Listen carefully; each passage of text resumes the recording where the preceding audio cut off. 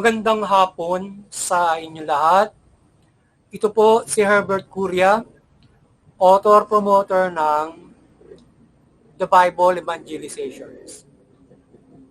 Kakibat ang ating pananalig sa ating banal na Panginoon Diyos, banal na Panginoon Kristo, at gabay ng kaliwanagan ni Banal Santa Maria, ay ating po ibinabahagi sa inyo sa linggong ito, ang mensahe ng ating banal na Panginoon Diyos. Ang tema ng mensahe ng ating banal na Panginoon Diyos ay magpapadala sa tukso, manalangin at manampalataya sa Panginoon Kristo at Panginoon Diyos. Yan. At happy Lenten season po sa ating lahat. Ngayon po ay aking babasahin sa inyo ang mga mensahe ito mula po din sa Bagong Tipan ng Mabuting Balita ng paghahari ng ating banal na Panginoon Diyos sa pamamagitan ng banal na Panginoong Yesu Kristo. At ayon po dito kay Apostol San Lucas, Kabanata 4, talatang 1 hanggang 7. Ito po ang mensahe. Umalis si Jesus sa Jordan, puspos ng Espiritu Santo, dinala siya ng Espiritu Santo doon sa ilang. At sa loob ng 40 araw ay tinukso ng dyablo. Hindi siya kumain sa buong panahong yon. Kaya't gutom na gutom siya. Sinabi sa kanya ng dyablo, kung ikaw ang anak ng Diyos, iutos mo na maging tinapay ang batong ito. Ngunit sinagot siya ni Jesus, nasusulat hindi lamang sa tinapay nabubuhay ang tao. Dinala siya ng dyablo sa isang napakataas na lugar at sa isang saglit ay pinakita sa kanya ang lahat ng kaharian sa sanlibutan. Ibibigay ko sa iyo ang lahat ng kapangyarihan ng kadakilaan ng mga kaharian ito. Wika ng dyablo. Pinagkaloob ito sa akin at maibigay ko sa kanino mang ibigay ko. Kaya't kung ako'y sasambay mo, magiging iyong lahat ito. Sumagot si Jesus, nasusulat ang iyong Diyos o Panginoon ang sasambay mo at siya lamang ang iyong paglilingkuran. Patuloy po natin sa mga kay Apostol San Mateo, Kabanata 6, talatang 9 hanggang 13. Ito po ang mensahe. Ganito kayo mananalangin, Ama naming nasa langit, sambahin nawa ang pangalan mo. Ikaw nawa ang maghari sa amin. Sundin nawa ang iyong kalooban dito sa lupa, tulad ng sa langit. Bigyan mo kami ng aming kakanin sa araw-araw na ito. At patawarin mo kami sa aming mga kasalanan, tulad din naman ng aming pagpapatawad sa nagkakasala sa amin. At huwag mo kaming iharap sa may bigat na pagsubok, kundi adya mo kami sa masama. Pagpatuloy po natin kay Apostol San Mateo, Kabanata 6, talatang 31 hanggang 33. Ito po ang mensahe. Kaya't huwag kayong mabalisa tungkol sa inyong kakainin, iinumin, at daramtin, sapagkat ang mga bagay na ito ang kinaumalingan ng mga taong walang pananalig sa Diyos. Alam ng inyong amang nasa langit na kailangan ninyo ang lahat ng ito. Ngunit pag sumakita ninyo ng higit sa lahat, pagharihan kayo ng Diyos at mamuhay ng ayon sa kanyang kalooban at ipagkakaloob niya ang lahat ng kailangan ninyo. Ipagpatuloy po natin sa 1 Timoteo, Kabanata 6, talatang 9 hanggang 10. Ito po ang mensahe. Kaya dapat na kayong masiyahan kung kayo ay may kinakain o dinarami. Ang pagnanasang yumaman sa anumang paraan ay mahuhulog sa tukso at sa bitag ng masamang hangaring magtutulak sa kanya sa kapahamakan. Sapagkat ang pag-ibig sa salapi ay ugat ng lahat ng kasamaan. Dahil sa paghahangad na magkamal ng salapi, may malalayo sa pananampalataya at nasadla. Sa paghihirap ang kalooban. Patuloy po natin sa mga taga-Hebreo. Huwag kayong magmukhang salapi. Masiyahan na kayo sa anumang nasa inyo. Kapag sinabi ng Diyos, hindi kita iiwan ni pababayaan man. Walang pag-agam-agam na masasabi natin, ang Panginoon ang tumutulong sa akin, hindi ako matatakot. Ano ang magagawa sa akin ng tao? Ito po ang mensahe salita ng ating banal na Panginoon Diyos sa ating pagbabahagi ng mabuting balita dito sa The Bible evangelizations yan. Pasalamatan po natin ang ating banal na Panginoon Diyos, banal na Panginoon Jesucristo, banal na Espiritu Santo, at kayo din po sa ating banal na Santa Maria. Yan. Yan. Ngayon naman po ay ipaliliwanag ko sa inyo ang mga mensaheng ito mula po dito sa tema na naway wag magpadala sa tukso, manalangin at manampalataya sa Panginoong Jesucristo at Panginoong Diyos. Yan. Ngayon po ay nais pong ibabatid sa atin ng ating banal na Panginoon Diyos ngayong Lenten season o Semana Santa. So naibabatid sa atin ng banal na Panginoon Diyos sa sangkatauhan sa ating lahat na tayo ay huwag magpadaig sa tukso.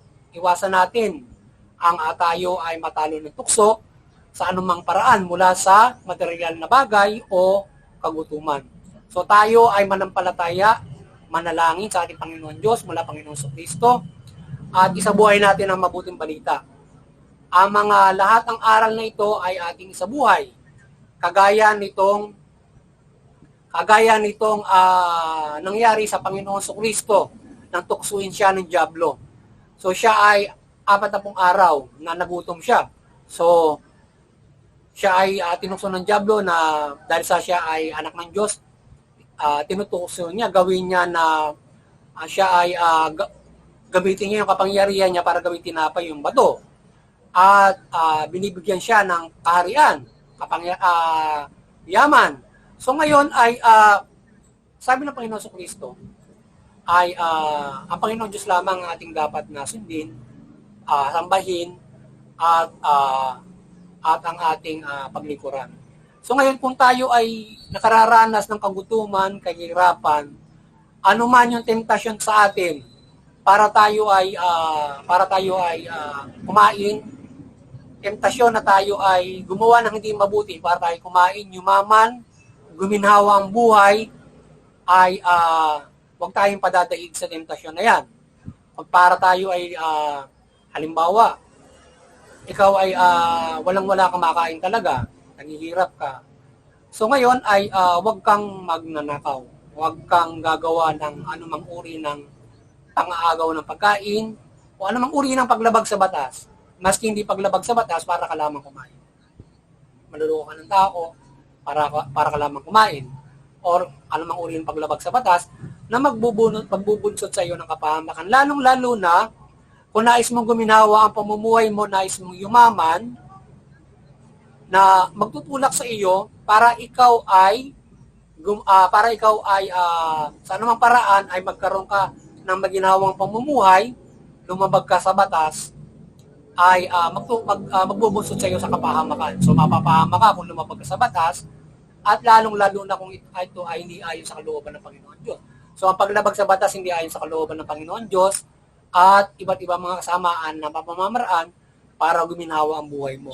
Bagkus ay manampalataya ka sa Panginoon Diyos. So kung ang dyablo lalapit siya sa pamamagitan ng ikaw ay hihikayatin na manghold up, hihikayatin ka na magnakaw sa gobyerno, kagaya mga nasa gobyerno, gusto nila maging mayamang-mayaman sila. So naghihikayatan sila, kurapin nila yung pera ng gobyerno, ayun, para silang sindikato. Yumaman ang yumaman sila sa pagnanakaw ng kaban ng bayan. Sapagkat sa pamamagitan na mapapahamak sila at napapahamak na sila ngayon. Ngayon, ano idinudulot? Paghihirap ng ilang mga tao. Kagutuman ng mga tao. So ngayon, kaya yung temptasyon mo na ikaw ay yumaman, ikaw ay magsamantala at magmukha kang pera na magbubunsod sa iyo sa kapahamakan ay magbubunsod din ng paghihirap ng kapwa-tao mo. Sapagkat kung sila ay aagawan mo ng yaman, kung sila ay kukurapin mo yung gobyerno, ang mangyayari ay maghihirap sila. Yung mga tao, mahihirapan yung pag-unlad nagdudulot ng kahirapan. Kung ikaw ay gagawa ng iba't ibang bagay para magdulot ng, kung ang material ng pag-uusapan para magdulot ng kahirapan sa kapwa-tao mo, ay huwag mong gawin para ikaw ay hindi lumabag sa kalooban ng Panginoon Diyos, mapahamak kang spiritual at mapahamak ka rin praktikal. Sapagkat maring ituwid ka ng Diyos o maring ikaw ay parusahan o maring puksahin ka ng Diyos kung grabe ang ginagawa mo. Sapagkat kung pumapatay ka na ng tao para lamang yumaman ka, para lamang ikaw ay malamnan ng sikmura, so maaaring ikaw ay parusahan ito puksain ng Diyos, or ikaw ay ang gobyernong yan ang maaaring gumamit ng pwersa para puksain ka, or ikaw ay ituwid sapagkat ikaw ay gumawa ng masamang paglabag sa batas para kumain ka. Lalo na kung pumapatay ka ng tao at ang dudulot ka ng malawakang paghihirap ng kapwa-tao. Diba? So kaya ikaw ay iwasan mo na ikaw ay matempt sa kayamanan o magmukha kang salapi. Masiyang ka kung anong meron ka, magkaroon ka ng satisfaction. At magkaroon ka ng pananampalataya sa Diyos, kagaya ng pagtuturo niya na manampalataya ka, na manalangin ka para maiwasan mo yung temptation. Manalangin ka na ikaw ay i-adjust sa tukso, bagpos lumalangin ka ng mga pangangailangan mo mula pagkain o mamuhay tayo ayon sa karapatan at ipagkakaloob ng Panginoon Diyos yan. Tayo, panalangin natin para yung halimbawa, ang karapatan andyan na sa atin. Ipapatupad na lang. Ngayon, idalangin natin palagi sa gobyerno magkaroon tayo ng mabuting pamahalaan, ipatupad yan para tayong lahat ay mamuhay ng maayos sapagkat kung nais natin na makapamuhay tayo ng maayos. At yun naman ang dapat. Sapagkat kailangan natin yan. Ngayon, ay unang-una, manampalataya muna tayo sa Panginoon Diyos. Bago tayo, at ipanalangin natin yan. Manampalataya tayo sa pamamagitan ng pananalangin yan. At sa pamamagitan naman ng gawa, ay tayo ay magsasaboses lamang ng maayos sa pamahalaan para ipatupad yan. At magsikap tayo na tayo magkaroon ng magandang trabaho. Huwag nating daanin ito sa masamang pamamaraan para tayo ay kumita ng pera. Yan. Hanggang sa tayo ay mamuhay na ayon sa maganda. Sapagkat hindi tayo pababayaan ng Panginoon Diyos kapag tayo nananampalataya. Sapagkat alam niya pangangailangan natin. Alam niya kailangan mo ng damit. Kailangan mo ng pagkain. Dahil ginawa kang ganyan, kailangan mo magdamit. Kailangan mo kumain. So, bibigay niya yan sa pamamagitan ng iyong pananampalataya sa Kanya. Ngayon, hindi sa basa ibibigay sa iyo yan, yung kahit nga isahod mo lang kamay, matapos mo manalangin, may darating sa iyo kung nang ka sa kalsada, di ba? Palilimusan ka. Ngayon, siyempre, sabi nga na mabuting balita, magsikap ka, maghanap buhay ka. So, maghanap buhay ka, daanin mo diyan ang iyong pagsisikap para ikaw ay kumain, para ikaw ay gumanda ang pamumuhay. So, ngayon, dahil nga sa merong inequality, so apektado kahit magtrabaho ka pa. Ngayon, kung ano man ang nakayanan mo na pagtatrabaho, masiyahan ka kung ano ang kinita mo. Sapagkat kung hindi ka masisiyahan sa anumang kinita mo, maaaring ikay gumawa ng iba't ibang pamamaraan para guminawa ang buhay mo at ikaw ay magkaroon o ikay magmukhang sa o gusto mong yumaman mula sa pamumuhay na sa iyong pagsisikap. Kung ano man pagsisikap ang nagawa mo sa magandang pamamaraan sa pananampalataya at gabay sa iyo ng Panginoon Diyos, masiyahan ka ron. Sapagkat kapag ikaw ay nagnasa ng iba pang higit pa roon nang hindi mo kaya at ang mangyayari ikaw ay gagawa na ng masama o paglabag sa batas, illegal activities, mapapahama ka. Kaya iwasan natin na tayo ay, kaya magkaroon tayo ng satisfaction. Masiyahan tayo sa kakayanan na ipinagkaloob sa atin, sa pagtatrabaho na ipinagkaloob sa atin, para tayo ay gumawa tayo ng magandang pamamaraan para sa ating pagsisikap, para tayo ay gumanda ang pamumuhay. At tayo ay magtulungan. Sa malaking pamamaraan ng pagtutulungan, tayo ay magsaboses sa pamahalaan ng magandang pamamahala. Ipagdasal natin sa Panginoon Diyos yan. Magkaroon tayo ng mapamuhay ayon sa karapatan. Mamuhay tayo ng maayos at masayan tayo ng ayon sa pamuhay ayon sa karapatan sapagkat napaganda ng kung mamuhay tayo ayon sa karapatan, standard yan. Magandang pamumuhay yan. Ngayon, kung hindi ka masisiyan sa pamumuhay ayon sa karapatan mo, at gusto mo sobra-sobra, ay maaaring gumawa ka ng hindi mabuti. Sapagkat kung hindi ka mag-i-extra ng trabaho na ayos sa mabuti, ay maaaring ikaw ay hindi mapahama ka. Lalong-lalo na malimutan mo na yung Diyos, kakakayod mo gusto mong yumaman. Kinakailangan, kung iniisip mo na ikay gumanda ang pamumuhay, mamuhay ka ayon sa karapatan, pakalooban ka ng iba yung lakas, pagpapala, para mamuhay ka dyan. At idalangin mo na mamuhay ang kapwa mo ayon sa karapatan at mula sa gawa, magsikap ka at magsaboses ka sa pamahalaan na na mag-implement ito na maayos para lahat tayo makapumuhay ng magandang pamumuhay. Kumbaga man, mamuhay ay mula sa karapatan at maging advance pa dyan, kagaya ng mga advanced society na may matataas na pamumuhay. So, yun. Sapagkat yung mga advanced society, pwede makapumuhay ka ng mataas. Kung maganda ang ekonomiya mo at nagkakaisa yung mga tao. Hindi mo may iwasan na umunlad ng bansa mo kung maganda ang pamumuhay na ginagawa ninyo. Kaya lang, magkaroon ka ng satisfaction kung karapatang pantao mo. Sapagkat kung hindi ka magkakaroon ng satisfaction dyan, gagawa ka ng masama. At iwasan natin yan. Para hindi tayo mapahamak, hindi tayo maparusahan ng spiritual ng Panginoon Diyos, kundi tayo magkaroon ng kaligtasan spiritual sa pamamagitan ng pananampalataya sa Panginoon Diyos. Iwasan natin na malapitan tayo ng dyablo mula sa iba't ibang mga maling o illegal na gawain para tayo ay kumita ng pera. Or papasok sa isipan natin na tayo ay kinukurap ang isipan natin ng dyablo na gawin natin ng masamang ito because of our kagutuhan. Kaya, yung pag-ibig, yung mabuting balita, yung pananampalataya, payitingin natin yun para maiwasan natin yung paggawa ng masama. Yung ating pagmamahal, yung katatagan, katyagaan, para gumawa ng mabuti. Kailangan naman nanatili sa atin. So, maiwasan natin yun. Kahit medyo nagugutom tayo, pero hindi naman tayo pabayan ng Diyos. Siguro, ilang araw ka lang magutom, paghihirap ka pero ikaw ay ipagkakalob sa iyo ang sapat na pagkain, pamumuhay at hindi ka mawawala ng kasiyahan sa buhay mo. Yan ang ibibigay sapagkat yung mga tao na maraming pera, kahit ang dami ng pera, hindi pa rin masaya yan. Maraming pagkain sapagkat sila kasi maraming pera, kikita ng pera. Ang pamumuhay, ang kasiyahan natin dapat pananampalataya sa Panginoon Diyos, spiritual at hindi sa material na bagay. Yan ang ating isa pusong kasiyahan ng spiritual at hindi ang material na bagay. Sapagkat tayo pinahalaga ng buhay ng Panginoon Diyos, kaya hindi material. Unang-una, ang buhay ang nagbibigay ng buhay sa ating Diyos. Kaya yung buhay pangunahin na idinadalang natin, ipagkakaloob ng Panginoon Diyos. Yan, suplemento lamang yung pagkain. Pero yung buhay nagbibigay ng hininga, Panginoon Diyos. Hindi na tayo pababayaan ng mamatay kahit tayo nagugutom.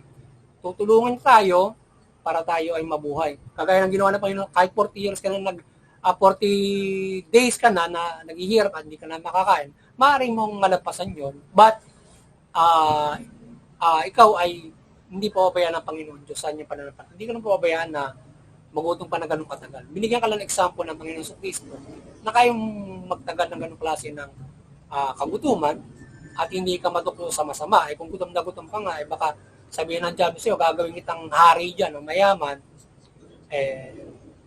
sagpangin mo agad, di ba? Dahil gutom na gutom ka, di ba? Kung gano'n, kung naghihirap ka, halimbawa, di ba? So, yun. Kaya yung sa, nagtatrabaho na sila sa gobyerno, engineer na, congressman na, minukar pa, bilyon, di ba? Sobra-sobra na ang pera, ganun pa rin, di ba? Talagang mga mukhang salapi, ibig sabihin yung mga tao na yan. Sobra-sobra yun. Napahamak sila, at may para sa spiritual pa, pag hindi sila magbabago sa loob, or else, hindi nila pagsisisihan ng mga kasalanan ginawa nila. Ayan. Kaya kinakailangan, kung sila ay mabibigyan ng hustisya, magbabago sila sa loob para mabigyan pa ng pagkakataon sila sa nagawa nilang napakabigat na kasalanan na yan. Korupsyon.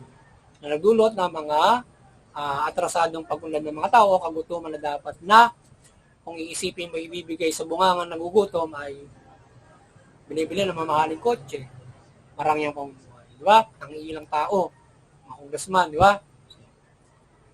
So yun, muli sana ay nagabayan na naman kayo ng mabuting balita at napagbuklod na naman kayo ng ating Panginoon Kristo sa ating pananampalataya sa Panginoon Diyos mula dito sa pagpapalaganap niya ng mabuting balita at pagliligtas sa atin. At kayo ay magabayan sa kaligtasan spiritual at mamuhay kayo ayon sa mabuting balita o mamuhay kayo ng matuwid at mabuti. At iwasan nyo ang mga pagkakasala kagaya ng mensahe ng ating banal na Panginoon Diyos ngayon na tayo maiwasan nyo ang temptasyon. Iwasan nyo ang temptasyon mula sa material na bagay at lahat ng mga bagay na kayo ay magawa ng pagkakamali. Sa pamamagitan ng pananampalataya kay Panginoon Kristo, pagbubuklod natin niya sa atin sa pananampalataya kay Panginoon Diyos, mula sa inialas sa mabuting balita na inihag niya mula sa Panginoon Diyos, isa sa buhay natin. Maiwasan natin ang temptation for everything else to do bad, to do evil. Kaya iwasan nyo na kayo ay matempt sa mga kasamaan. Lahat ng uri ng kasamaan mula sa ating dinidikta na masama ng ating o nararanasan ng ating mga katawan na dinidikta ng ating katawan na pangangailangan na nagdudyok sa atin para gawin natin ang masamang mga bagay. Yan. Diba? So yun, mula dyan sa material na bagay, kaya ng gutom, paghihirap, etc. etc. Yan. Kaya sana kayo ay patuloy na nabuklod ng Panginoon Kristo mabuting balita sa ating pagpapalaganap nito o paglilingkod natin kay Panginoon Kristo, Panginoon Diyos, para ito maibahagi sa inyo at magabayan kayo sa kaligtasan spiritual.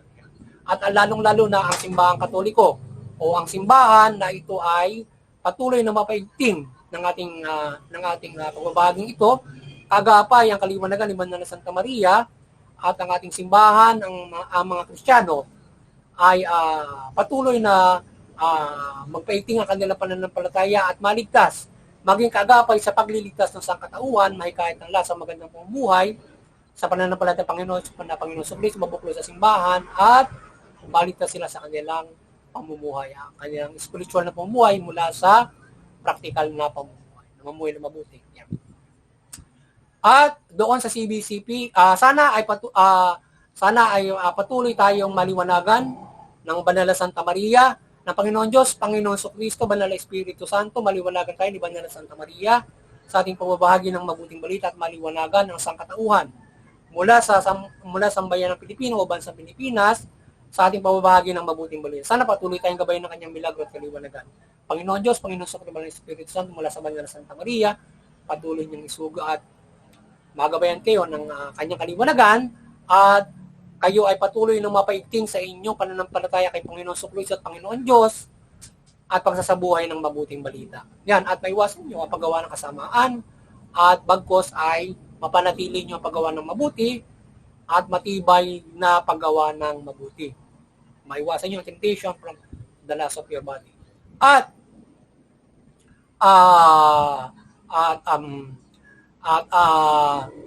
sana ay yung lahat ng mga relihiyon ay patuloy kayong yung lahat ng mga relihiyon patuloy kayong magkaisa sa ating patuloy kayong magkaisa upang maiwasan natin ang sigalutan, ang di pagkakaunawaan. So may relihiyon na wala, maliwanagan kayo, magkaisa tayo sa interfaith unity upang sa gayon ay maiwasan natin maiwasan natin ang karahasan at paglabag sa batas. At bagos ay makagabay tayo sa kapayapaan. Makagabay tayo sa katarungan, pagkakaisa mula sa pamilya, community, bansa at buong mundo. At magabay natin ang pamahalaan sa magandang at maliglang na pamamahala nito o common na pamamahala para tayo ay hindi natin lalabag yung batas o nagkakaroon tayo ng kaguluhan ng mga pananampalataya dahil sa hindi natin pagkakaunawa sa mga relihiyon. Naging ehemplo tayo ng pagkakaisa. May iba man tayong pananampalataya. Sa ating munting kakayanan, tayo ay patuloy na doon sa CBCP, Vatican Church, ay patuloy na maliwanagan ng banal na Panginoon Kristo, Panginoon Diyos, banal na Panginoon Banal na Espiritu Santo, banal na Santa Maria, patuloy niyo pagbuklurin ang kasangkatauhan sa pananampalataya sa Panginoon, sa Panginoon Kristo at mabuting balita at magabayan sila sa kaligtasan spiritual, ang mamuhay ng mabuti, magawid ayon sa mabuting balita. At sa ating munting kakayanan, patuloy tayo ng palataya ng gabay, kaliwanagan ng Panginoon Diyos, Panginoon Kristo, Banal na Espiritu Santo, mula sa Banal na Santa Maria, at gabayan tayo patuloy ng kanyang kapangyarihan, paghihimala, lalo na sa paggabay sa kapamaran.